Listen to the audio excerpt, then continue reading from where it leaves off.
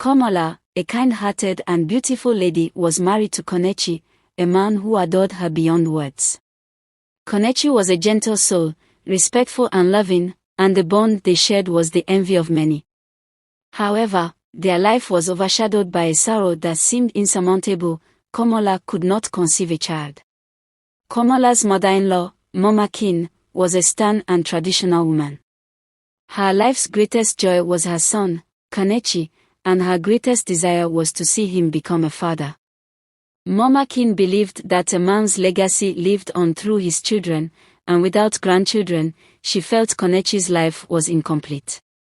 She held Komola responsible for their childlessness, unaware of the painful secret the couple harbored. Konechi was impotent.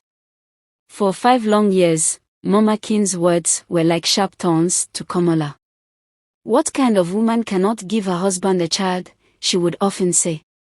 "Are you a wife or just a piece of furniture in this house? Why can't you even have one miscarriage, at least to prove that you have a womb? You're just enjoying my son's money and can't even give him a child. Shame on you."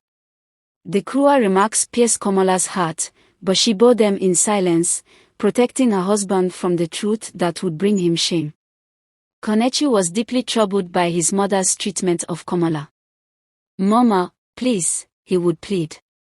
"Leave Komola alone. These things take time." "Time?" Mama Kin would reply. 5 years is enough time. When will you understand that a barren woman is a curse to this family? You are my only child. I cannot stand by and watch your bloodline end because you're married to a barren woman." Mama Kin had a tough life right from the start. She grew up in a very poor family in a tiny village. Their home was small, and they didn't have much money, so she helped to support her family by selling fruits in the market to make a little money. When she was young, Mama Kin met a man named Chike. They liked each other, and soon Mama Kin found out she was pregnant. She believed that Chike loved her, and he would marry her. But Chike was not interested in being a dad and didn't want to marry her. He threw her out and warned her to never show up at his house again. He abandoned her, leaving her to take care of the baby by herself. Mama Kin worked really hard, continuing to sell fruits in the market, to take care of her son, Konechi. When she finally had the baby, she loved Konechi very much and did everything she could to give him a good life. She was both mom and dad to him, and she wanted to protect him from any sadness or hard times like she had when she was young. As Konechi grew up, he started his business, and few years later, he met and fell in love with Komola. When he told his mom about her, Mama Kin was not happy with the idea because Komola came from the same village as Chike, the man who left her long ago. This made her feel scared and unsure about Komola. But Konechi really loved Komola and told his mom, "Mama, what is the problem? I love her and I want to marry her. She is the one for me." Mama Kin saw how sure Konechi was, and she remembered how she had to be strong for him all her life. So, she said yes, even though she still felt a bit worried inside. Konechi was very happy, but he didn't know about the history and hurt his mom felt because of Chike. Komola also didn't know about this whole story and how it made Mama Kin feel protective over her son and how far she would go to protect him. Komola hoped to be part of a happy family with Konechi and his mom, not knowing the silent worries that Mama Kin had because of what happened a long time ago. In their private moments, Komola and Konechi would hold each other, drawing strength from their love. "I don't know how much longer I can endure this, Konechi," Komola would whisper through her tears. "I promise you, my love, we'll find a way," Konechi would assure her. But as the years passed, even he began to feel the weight of despair. One evening, as the sun set over the village, Konechi approached Komola with a heavy heart. "Komola, my dear," he began softly, "I have been thinking long and hard about our situation." Komola looked at him, sensing the gravity in his voice. "What is it, Konechi?" He took a deep breath. "What if there was a way for us to have a child, but it requires a great sacrifice?" Komola's eyes widened. What do you mean? Konechi hesitated, struggling to find the right words. What if you slept with another man to conceive a child? No one would have to know. It would just be between us. Komola was stunned. Konechi, how can you ask me to do such a thing? I know it's a lot to ask, Konechi said quickly, but think of it, Komola. We could finally have a child, and Mama would leave you in peace. Our family would be complete. Komola's mind was a whirlwind of emotions. The idea repulsed her, yet she saw the desperation in Konechi's eyes. I can't do it, Kin, that is adultery. How can you even ask me to do such a thing? I am your wife. Do you even love me? Please, my love, Konechi pleaded with her. Please, I need time to think. I can't believe you're asking me to do this, she said, her voice trembling. Days turned into weeks, and Konechi did not press her further. He knew the difficulty of what he had asked. Komola, too, was tormented by the decision she faced. One night, after a particularly harsh scolding from Mama Adana, Komola made her decision. Konechi, she said quietly as they sat in the living room, I'll do it. I'll do it for us. Konechi embraced her, tears of gratitude in his eyes. Thank you, Komola. I promise, this will be our secret forever. They devised a plan. Konechi would arrange for Komola to meet a man from a neighboring village, someone who did not know them. It took weeks to find the right person, and when the day came, Komola's heart pounded with fear and anxiety. The encounter was brief and impersonal, a means to an end. Weeks later, Komola discovered she was pregnant. The joy that filled their home was immeasurable. Mama Kin's attitude toward Komola changed dramatically. God has finally blessed us, she said. Komola, you are truly a daughter of this family now. The birth of their daughter, Nkiru, brought so much joy to their lives. Komola and Konechi's hearts swelled with love for their child. The family rejoiced, and Komola and Konechi kept the secret that bound the couple even closer. 2 years passed, and the happiness in Komola's heart was darkened when Konechi approached her one evening with a familiar, pleading look in his eyes. Komola, he began softly, I have been thinking. Nkiru is a blessing, but Mama is still longing for a grandson, you know how she can be. Komola's heart sank. Konechi, what? No. I cannot do this again. I know it's asking a lot, Konechi said, his voice pained. But Mama's health is failing. A grandson would mean the world to her. Tears welled in Komola's eyes. Must I sacrifice my dignity again? How much more do I have to give? Konechi held her hands, his own eyes wet with unshed tears. I love you, Komola. You know that. I wouldn't ask this if there were any other way. Please, think about it. For our family. Komola spent many sleepless nights wrestling with the decision. She loved Konechi deeply and understood his desperation. Yet, the thought of repeating the horrible experience filled her with dread. She knew what they were doing was wrong, but she didn't want to disappoint Konechi. In the end, her love for Konechi and her desire for peace in their family prevailed. All right, she said to him one day. I will do it. But this must be the last time. Konechi kissed her hands, gratitude and relief washing over him. Thank you, Komola. I promise, this is the last time. Once again, they made arrangements in secret. This time, the weight of the decision felt even heavier. Komola met another stranger, and though the encounter was over quickly, the emotional toll it took was immense. She prayed fervently for strength and for this secret to never be discovered. She couldn't imagine the shame it would bring to her. Weeks later, Komola discovered she was pregnant again. This time, the news was met with even greater joy and celebration. When their son, Obina, was born, Mama Kin's joy knew no bounds. Finally, a son. God has truly smiled upon us, she declared. Years went by, and the children grew in health and happiness. Komola and Konechi's love remained strong, but the secrets they kept weighed heavily on their hearts. They had built a life on a foundation of lies, and though they had found happiness, they hoped their secret would never be discovered. But secrets have a way of surfacing, and the peace they had fought so hard to achieve would soon be tested in ways they could never have imagined. For now, they cherished the moments of joy and prayed that their love would carry them through whatever lay ahead. Komola's life had found peace as the years passed. But fate, ever unpredictable, soon tested Komola and Konechi in ways they had never imagined. It began with Konechi's unexplained tiredness and constant weakness. He would come home from the shop, pale and exhausted, feeling weak and tired. Komola was worried but hopeful that it was merely work stress. However, as weeks turned into months, Konechi's condition got worse. One evening, as Komola prepared dinner, Konechi came home and suddenly collapsed. In a panic, she rushed him to the hospital. The diagnosis was shocking: Konechi's kidneys were failing. The doctor recommended immediate treatment, but it came at a huge price.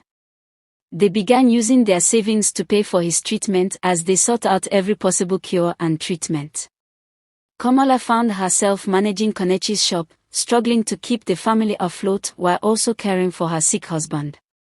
She worked tirelessly, but no amount of effort seemed enough. Konechi's health continued to fail as they waited for a transplant, and after 6 long, painful months, he passed away. The day of his burial was so sad, filled with mourning and sorrow. Komola felt as if her world had crumbled. "How will I raise our children without you, Konechi?" she whispered through her tears as she cried by his grave. "Why did you have to leave me like this, so soon?" she said, crying. That night, after the burial rites, Mama Kin called for a meeting of the family women. The air was thick with tension as Komola joined them, her heart heavy with grief and apprehension. "Thank you all for coming," Mama Kin began, her voice cold and authoritative. "There is something that needs to be exposed before all of you, the women in this family. This is something my son shared with me during his sickness." Komola's heart raced. What could Mama Adana possibly want to discuss on this night of mourning? Mama Adana's eyes bored into Komola. "I held my tongue out of respect for my son. But now that he is gone, the truth must be revealed." Komola felt a chill run down her spine. "What truth, Mama?" she asked, her voice trembling. Mama Adana's lips curled into a sneer. "The truth about these children. They are not Konechi's." Gasps filled the room, and Komola's words spun. "Mama, please, no," she whispered, tears streaming down her face. "Yes," Mama Adana continued, her voice rising with righteous anger. "Konechi told me everything. He was impotent, and you slept with strangers to conceive these children. Am I lying? You shameless woman. Speak. You harlot." Komola's knees buckled, and she fell to the ground. "Mama, please," she begged, "we did it out of love, to protect him, to give him a family. Konechi begged me, he set it all up. It was his idea. Please, I did it to protect him." "Love?" Mama Kin spat. "Protect who? How dare you? You brought shame to this family. You are nothing but a harlot. Get out of this house." Komola clung to Mama Kin's feet, pleading. "Please, Mama, where will I go? How will I raise our children?" "That is no longer my concern," Mama Kin said. "You and those bastards must leave. Tonight." With the help of some of the women, Mama Kin threw Komola and her children out of the house. Clutching her children close, she walked to her parents' home, each step heavy with despair. Her parents welcomed her with open arms, their hearts breaking for their daughter and grandchildren. For months, Komola mourned in silence, hiding from the village's scornful whispers and judgmental glances. She was consumed by grief, guilt, and shame, but she knew she had to find a way to rebuild her life for the sake of her children. She spent so much time praying and asking God for forgiveness, asking for grace to move forward and strength to take care of her children. One morning, Komola made a decision. She could not let her past define her or her children's future. She decided to move to another town, start afresh, and build a life where they could live without fear of judgment. Komola gathered her courage and spoke to her parents. "Mama, Papa, I need to leave. I need to start over somewhere else. For my children. I need to rebuild my life." Her mother held her close. "We understand, Komola. Wherever you go, our love and blessings go with you." With a heavy heart, Komola packed their belongings. The journey to the new town was long and tiring, but Komola was determined. She settled in a modest town where no one knew their story, and with the little money she had left, she rented a small house and set up a market stall to sell goods. The early days were filled with struggle. Komola woke before dawn, preparing goods to sell, and often worked late into the night. The children helped as much as they could, their young faces determined to support their mother. Despite the hardships, Komola found solace in their love. One evening, as Komola was closing her store, a young woman approached them. "You are new here, aren't you?" she asked with a warm smile. "Yes," Komola replied, her guard up. "I am Kelly," the woman introduced herself. "I run the textile shop across the market. If you ever need help, don't hesitate to ask." Komola smiled, feeling a glimmer of hope. "Thank you, Kelly. I'm Komola and these are my children." As the weeks passed, Kelly's kindness turned into genuine friendship. She introduced Komola to other women in the community, and soon, Komola found herself part of a supportive network. As Komola's business grew, so did her confidence. She began to dream of a brighter future for her children. Nkiru and Obina excelled in school, and their laughter filled their home with joy. The pain of the past began to fade, replaced by hope and determination. Komola's life continued to blossom. Her business continued to grow, and she focused on taking care of her children. One day, as Komola stood in her bustling shop, she received a visitor. It was a young woman from her old town. "Komola," she said nervously, "Mama Kin is very ill. She has been asking for you. Please, she asked me to come and find you. She doesn't have much time left, and really wants to speak with you." Komola's heart skipped a beat. She had not thought of Mama Kin for a while. The pain of the past resurfaced, but she knew she had to go. She owed it to herself and to Kichi to find closure. With her mind made up, Komola returned to her old town to visit Mama Kin. She arrived at the hospital where she was admitted, and soon she found herself sitting at Mama Kin's bedside. The once formidable woman was now frail and weak, her eyes filled with regret. "Mama," Komola said softly. Mama Kin's eyes flickered open, and tears welled up. "Komola," she whispered, her voice barely audible. "My daughter, I have wronged you. I was blinded by my pain and anger. Please, I need you to forgive me. Please, even though I don't deserve your forgiveness, I beg you, please find a place in your heart to forgive me." Komola felt a rush of emotions. "Mama, I forgive you," she said, tears streaming down her face. "We all did what we thought was best. I have begged God for forgiveness and I also pray that you please forgive me." Mama Kin's eyes filled with gratitude. "Thank you, Komola. You are a better woman than I could ever be. God bless you, my child. Please, return to your husband's house with my grandchildren. Everything he has belongs to you and his children." Komola stayed by Mama Kin's side until the end, offering comfort and forgiveness. When Mama Kin passed, Komola felt a sense of peace she had not known in years. Returning to her new home, Komola felt a weight lifted from her shoulders. She had faced her past and found closure. She embraced her children, knowing that their future was bright. In the years that followed, Komola continued to build her life with strength and grace. She became a respected figure in her community, admired for her resilience and kindness. Her story was one of love, sacrifice, and the enduring power of forgiveness. Komola had faced unimaginable trials, but she emerged stronger, her spirit unbroken. She had built a life of love and hope, a testament to the strength of the human heart.